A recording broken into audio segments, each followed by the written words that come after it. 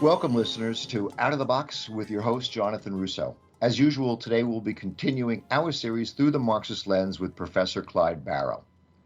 From my cursory understanding of Marx, I believe he had a lot to say about culture with a capital C. In this episode of Through the Marxist Lens, we are going to talk about culture. By culture, I don't mean small rituals like what music gets played or what food we eat on weekends. I'm thinking about the bigger picture, impactful thoughts and behavior. An example of how culture shapes our society might be this. When the European colonizers came to America, they confronted a native population that did not have any understanding of private property. The concept that one person could own something and exclude everyone else from using it did not exist in the minds of Native Americans. So reality itself was shaped by cultural beliefs. Conflict ensued. A smaller, but also illustrative example are diamond rings. Turns out, the entire idea of giving diamonds for weddings and anniversary was conceived by an advertising agency in the 1930s. Now it's just a cultural ritual almost everyone believes in. Both of these cultural beliefs affect economics and livelihoods. In many ways, we don't even know what we believe anymore. It's so ingrained in our cultural upbringing. So, Professor Barrow, how did Marx see the convergence between culture, capitalism, society?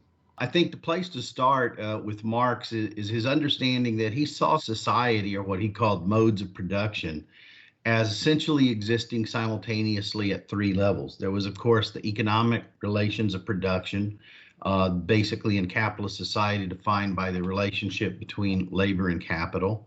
There were the political relationships, which are organized through this institution we call the state. And then there was the third level of ideas, which he referred to as ideology. And it's really in his concept of ideology and his understanding of this as one of the constitutive elements of a mode of production that would take us into a discussion of culture. Now, the reality is, for example, Marx probably touches upon this more than anywhere else in one of his very earliest writings, The German Ideology, which didn't get published until the 1930s. But there's a very famous passage from the German Ideology in which he says, the ideas of the ruling class are in every epoch the ruling ideas. In other words, the ideas of the ruling class are in every epoch the ruling ideas. And essentially what he argued in the German Ideology was that the entire edifice of culture in any mode of production is designed to reproduce the dominance of a ruling class and to make the interests of the ruling class appear first as if they are the general interests of the entire society, but simultaneously as if they are an inevitable and unchangeable natural order of things. So, for example, it wouldn't matter whether you're talking about the Middle Ages, in which the Catholic Church was the dominant cultural institution, and it promulgated this idea of the great chain of being, of a hierarchy that extended literally from God to sand, that everything had its place in the natural order of things. And if you violated that hierarchy, you were violating God's will. We could take today, turn on any of these evangelical shows that you can find on cable TV, and you will literally find them talking about how the free market, liberal democracy as practiced in the United States, is ordained by God so that liberals and socialists are not just engaged in what they would consider bad policy. They are literally sinners, atheists, godless pagans who are violating the will of God by proposing something like a universal basic income. And to the extent that you can inculcate these ideas in the population, as you pointed out, you just come to accept that as part of the background. It's something that can't be changed. It's just the way things are. Exactly. And as a consequence, culture comes to play a very significant role in stabilizing and reproducing the existing relationships of domination and control. Wow. Okay, that is interesting because that's exactly what I thought Marx would have thought. I mean, that mirrors what my conception of what his idea was of our dominant culture. So how do we unpack this on a daily basis, on a weekly basis in our lives? How do we see what's really going on for what isn't going on or what we're told should be going on?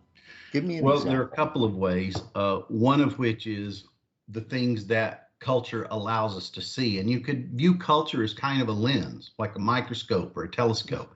It shapes what you see, first of all. And a very simple example of that would be the media and the news media.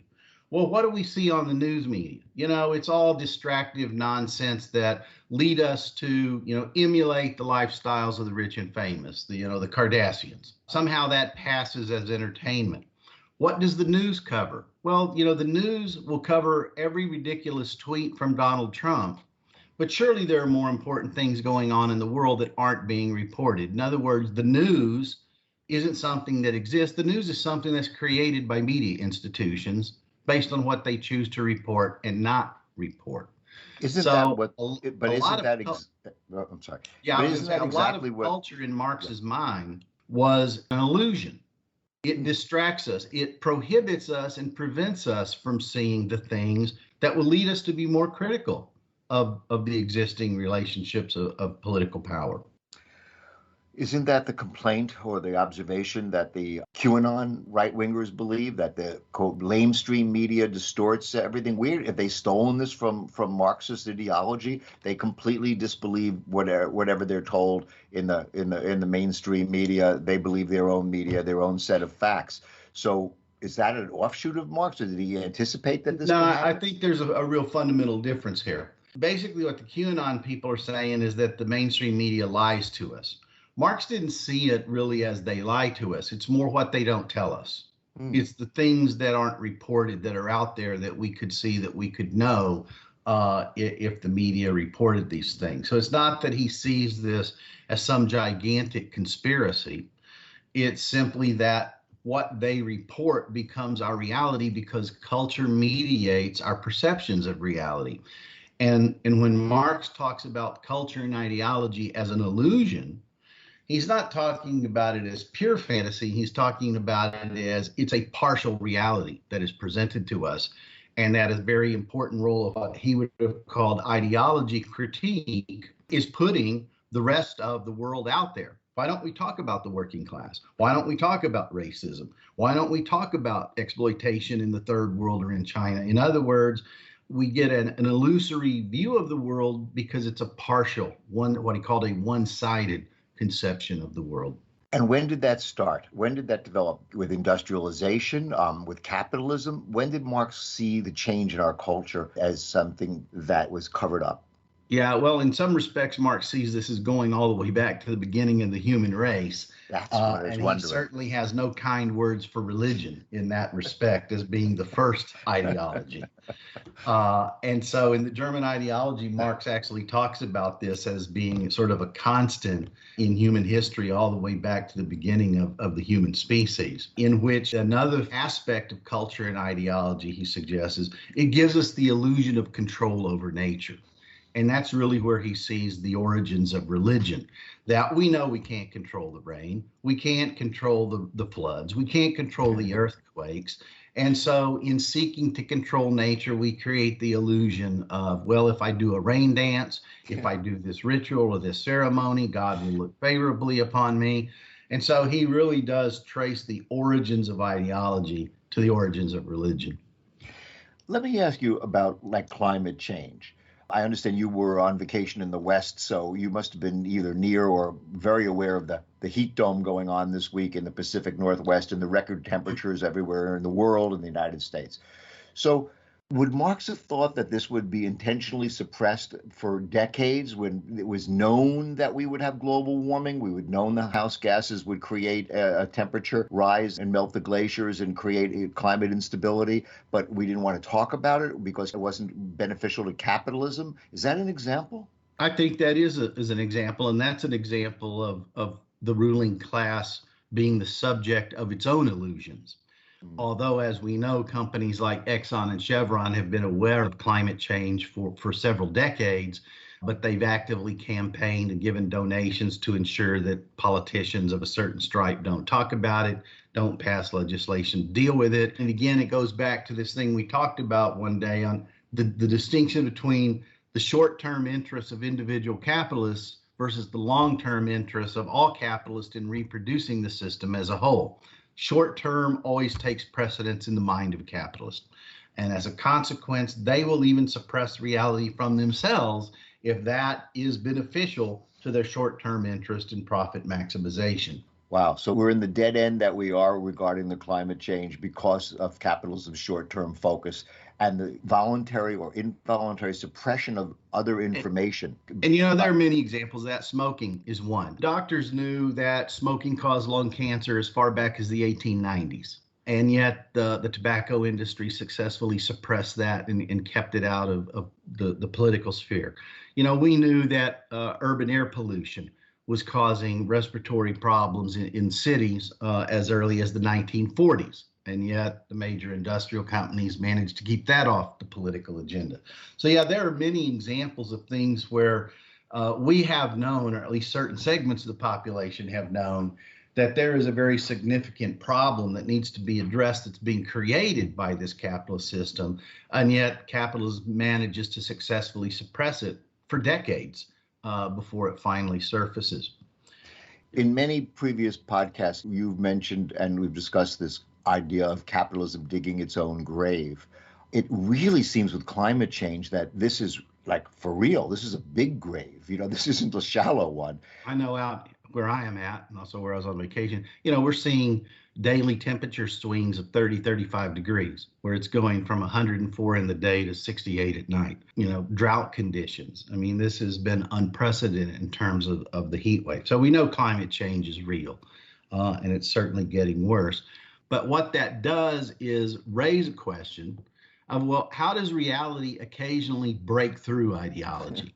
How does the culture open up enough at some points to let reality through? And I would say two things about that.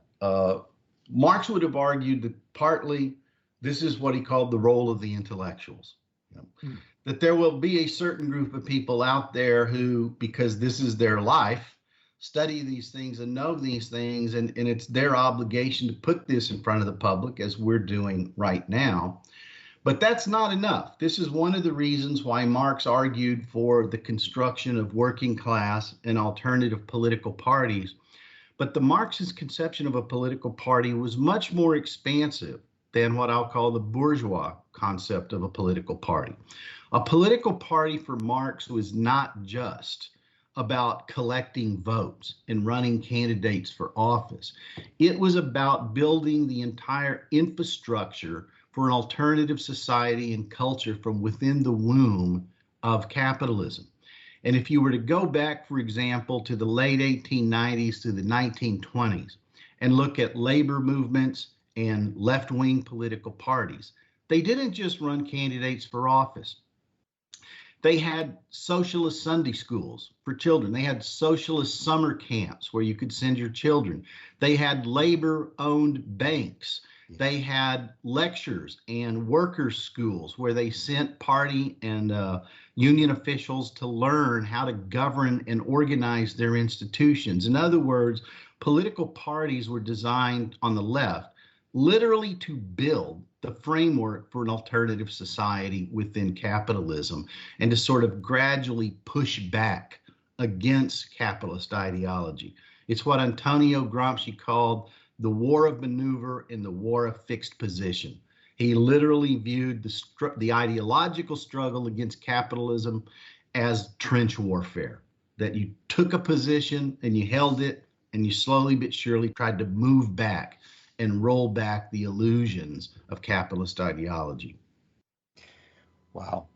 Is it acceptable now for capitalism to believe in, say, this climate change, green revolution, if you will, because there's profit in it? So did Marx foresee that when something could become profitable to, have electric cars and wind power and all the other bells and whistles, the green capitalism going on in the bond market and the ESG stock market, that, okay, now there's money to be made, we'll save the earth? I mean, is this the kind of cultural shift that he saw? I think you hit the nail on the head. In fact, I'll back up and say this is one of the important distinctions between what we call the environmental movement versus the ecology movement. Wow. right? The radical ecologists have always argued that at some point you just have to stop some of this stuff, right? Stop fossil fuels, preserve pristine areas of wilderness and nature from industrial development. Capitalists can't accept ecology. What they can accept is sort of a technologically based environmentalism. And they've always been willing to buy into that, which is, as you said, if I can make a profit out of it, then I can favor supporting in protecting the environment. And as we've seen in the COVID crisis, we're seeing nearly all of the major oil companies announce their transition to becoming clean energy companies. Now that others have made the investment, now that others have developed the technology of wind power, solar power, and so forth to the point that it's profitable, after governments have invested tens of billions of dollars in developing these technologies at public expense, now the private oil companies are perfectly happy to jump on board, appropriate that technology, and make a profit from it. When they can make a profit and see an opportunity to move into a new market, then they will embrace environmentalism, just as they will embrace racial equity on the same terms. Or the gay movement, or the exactly right, exactly. Right. When there's profit in it, they'll move. The culture will shift. Is that what? Or any countercultural movement as well, right? We see it over and over. Music starts out as radical and revolutionary. Before long, it's mainstream and making money. That was really insightful, Clyde. The idea between the environmentalists and the technical environmentalists. That's really interesting. How do we find our way out of this mess? If somebody wanted to, find their way around this capitalist miasma, the shade that's drawn over all of us in our society, come around the back door, knock on it, and say, wait a minute, this is another reality here, but it's a true reality. How does an individual go about doing that? I don't think there's any one thing you do, because as you've said, culture is so pervasive. It's the background that we live in, and most people simply take it for granted. And I think there's several layers at which this occurs. At certain monumental crisis points in the development of capitalism, I think reality just breaks through with such a force that you can no longer ignore it.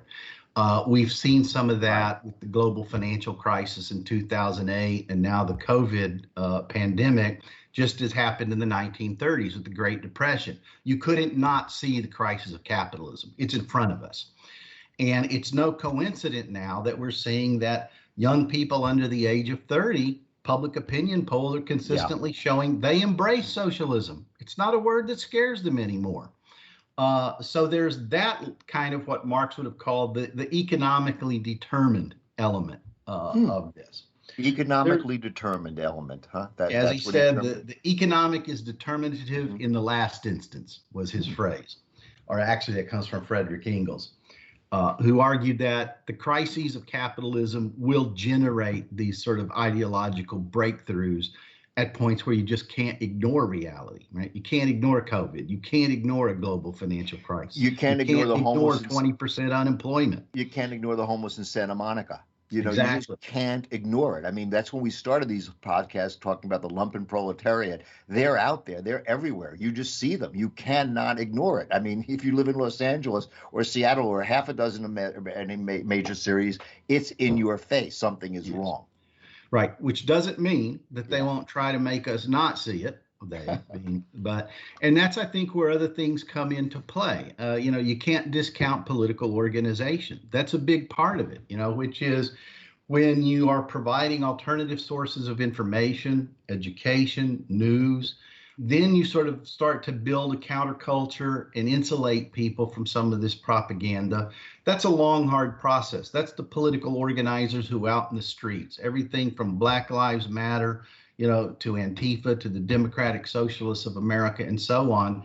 And then there's the ideological level itself. It's you and me sitting here doing a podcast. It's probably dozens of other people doing podcasts, putting out alternative newspapers. We now have access to the internet where people can develop at low cost alternative news sources. So it's all of those things combined. And I think we've talked at one point about the famous Hungarian Marxist George Lukács. And he developed this concept of objective and subjective conditions of revolution. We could say the objective conditions are there. Right? What's missing in his version is the subjective conditions of that, educating people. And that's a long, hard slog. And his view is at some point those two come into conformity with each other, and then you get, real political explosions in a capitalist society. So a lot of it is just, the hard work of constantly trying to educate people and put the news out there, put the facts out there, and to focus people on things that are important to their lives instead of, watching Keeping Up with the Kardashians or Lifestyles of the Rich and Famous. Okay, we know from statistics, I think, that they ask high school students, how many of you think you're going to be a millionaire?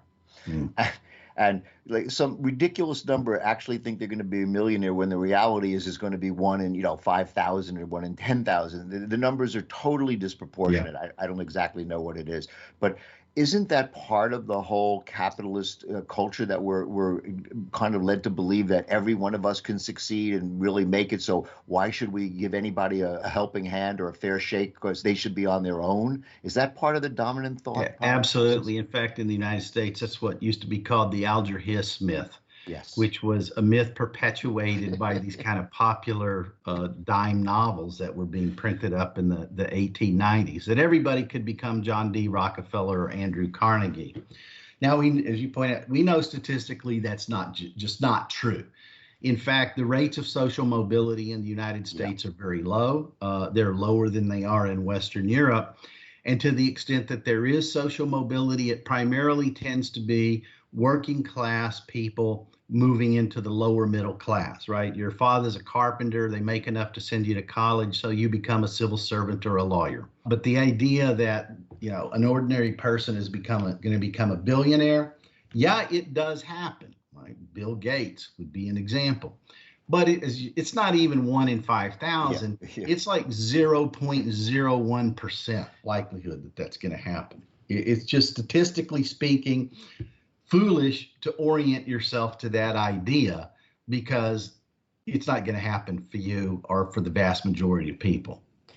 I've always been very distressed at the veneration of rappers and athletes in this area. I've always thought it's the biggest distraction you could ever imagine to venerate these billionaire rappers and their bling, if you will, and all of that. It's so destructive to serious scholarship or hard work. But yet the dominant culture just goes crazy. They're on the covers of every magazine. They're in television. They're in the movies. It's like they're demigods because they're entertainers and they came from the hood, and they come from often criminal backgrounds and they've been in jail. And so that whole culture is like, sort of like this is the only way out, for the vast majority of youth. And that's just not the case.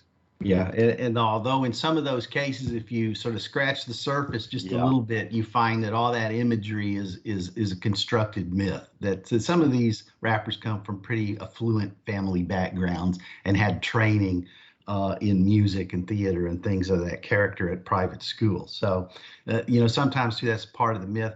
But I think you're absolutely right. Sports today are what the gladiators' combat was to the Roman Empire.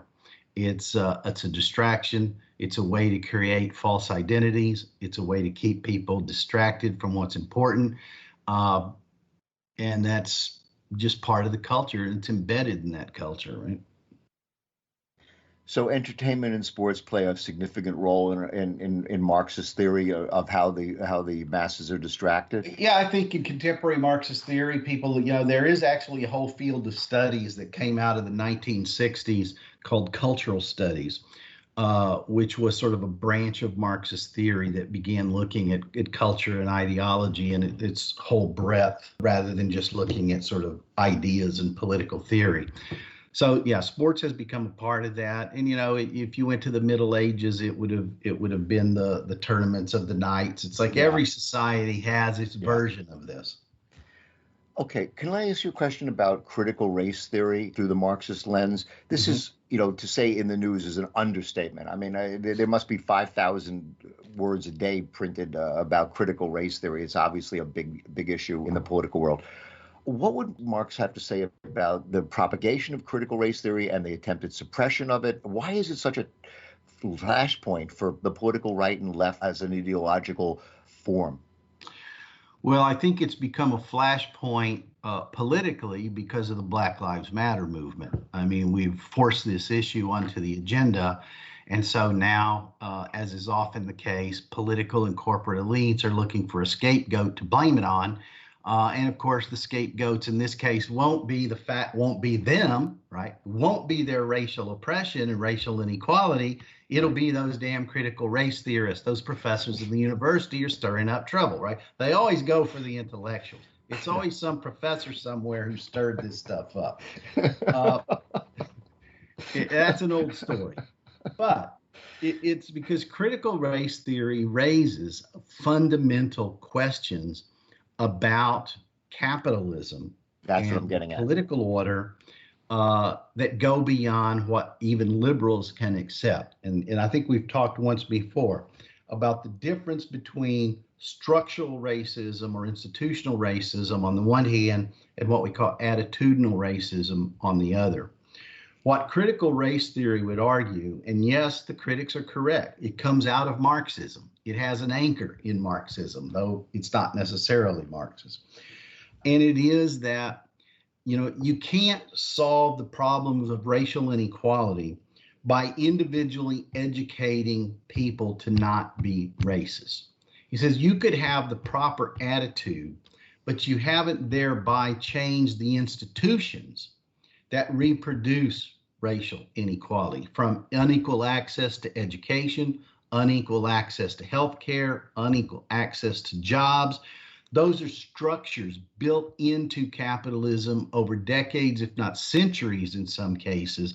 And so what critical race theory says is you must change the structures and the institutions in order to achieve racial equality. And of course, the minute you say that, you're talking about a fundamental social transformation of capitalism that may be incompatible with capitalism.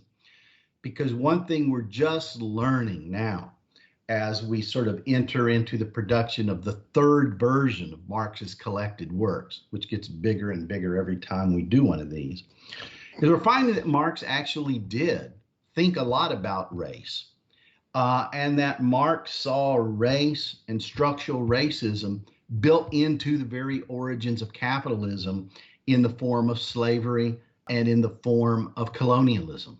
Right? Mm-hmm. If we just take a simple example, the Industrial Revolution in England, which we generally associate as being the origins of modern capitalism, was fueled by cotton from the South. Those textile mills depended on cotton from the South. And it was for that reason that England was neutral in the American Civil War. They didn't want to get involved because they wanted the cotton to keep flowing. So, we are starting to learn that even in Marx's version of capitalism, it wasn't just class. Race was structured into the fabric of the capitalist economic order. Critical race theory poses that problem, and that scares the hell out of some people. Boy, thank you so much. That was really, really interesting. I learned a whole lot about Marx and critical race theory and racism just from that. Clyde, this was a great conversation. We covered a lot of stuff. It's a big, big topic. I hope we did our listeners a favor by trying to condense it into some understandable sounds and sentences. I really, really appreciate this conversation. It was great. Maybe we'll have a conversation about race in a future episode of Out of the Box. I think that would be worthwhile. I like that too. Thanks, Clyde, very, very much. Listeners, thanks again for tuning in to Out of the Box with Jonathan Russo. Your input is valuable to us, and we'd really like to hear from you. Please send us an email anytime with feedback at ootbwithjrusso@gmail.com and follow us on our Twitter page, OOTB with Russo. This has been a copyrighted production of Grapevine Incorporated. All rights reserved.